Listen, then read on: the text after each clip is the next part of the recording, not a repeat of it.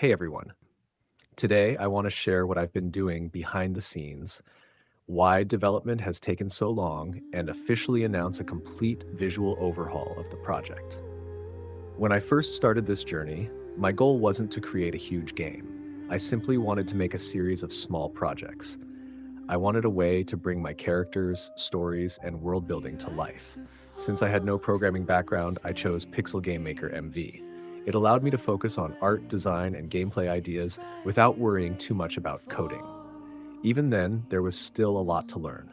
I spent countless hours figuring out how game systems worked.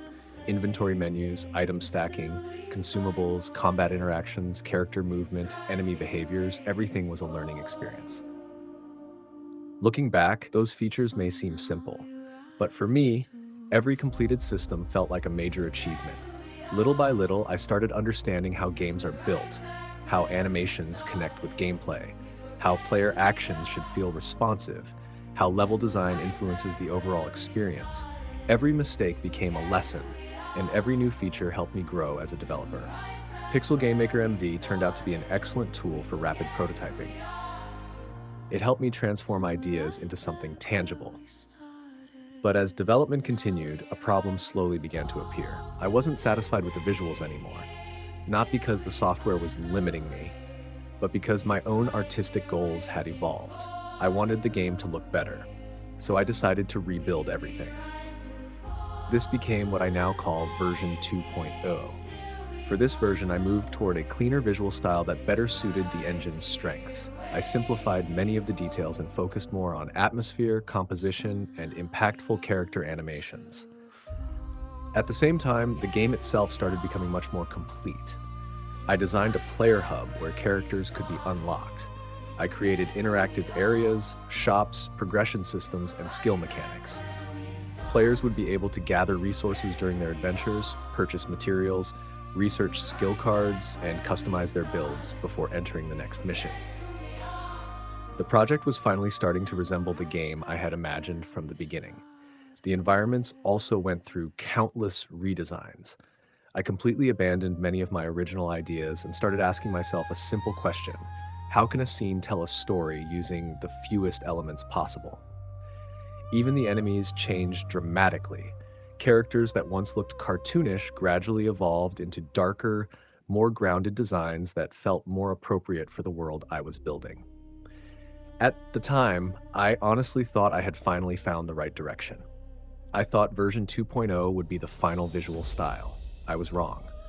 One night, I suddenly found myself sketching boss characters. One design turned into another, then another.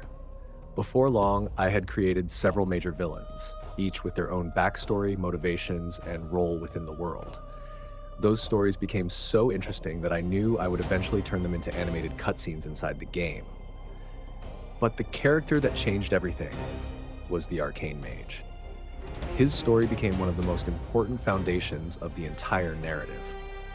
The moment I finished designing him, I realized the game needed to evolve once again. That was the beginning of version 3.0. To be honest, this is one of the main reasons I disappeared from YouTube. I wasn't confident enough to show my work. I wasn't sure if I had truly found the right artistic direction. There were even moments when I considered abandoning the game entirely and telling the story through animation instead. During that period, I spent a lot of time studying animation. I created small action sequences with no real purpose other than practice. I learned how to create fluid movement using as few frames as possible. I experimented with rough sketches, motion planning, clean line work, and animation workflows, and then something clicked. I realized that everything I was learning could be applied directly to my game characters. That realization led to the visual style you see today. For the first time, I felt genuinely satisfied with the results. Not only did I redesign the art style, but I also reworked several character stories, including the main protagonist. The new version has a much stronger narrative foundation, and I can't wait to share more about him in future animated shorts. When I placed these redesigned characters into the old version 2.0 environments, they actually looked surprisingly good together.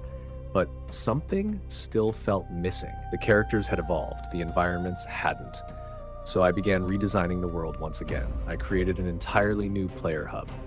Within the game's lore, the arcane mage uses his magic to lift a piece of uncorrupted land into the sky after the Chaos Cataclysm. This floating sanctuary becomes the last safe refuge in the world. It is where the player's journey begins, and it is the only place untouched by the corruption spreading across the land. The first playable region was also redesigned from the ground up. The forests became darker, the villages became abandoned, signs of chaos corruption spread throughout the environment. What was once a thriving civilization now stands as a reminder of a world slowly falling apart. Of course, the most exciting part is seeing these concepts come to life inside the game itself. Because the current engine is still primarily being used for prototyping, the in-game version remains simplified.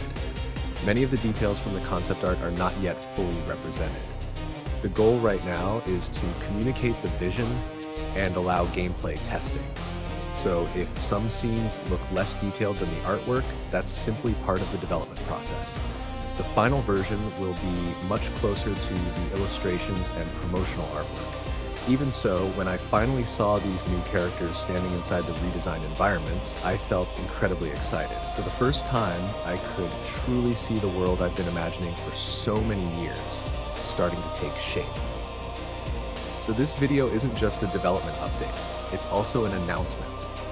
The project has officially entered its version 3.0 visual redesign. From this point forward, I'll be sharing more development updates, character animations, world-building content, and behind-the-scenes progress. Thank you for sticking with me through this journey. I hope you'll continue following the project as it grows into something much bigger than I originally imagined. And hopefully, one day, you'll be able to step into this world yourself. See you in the next video.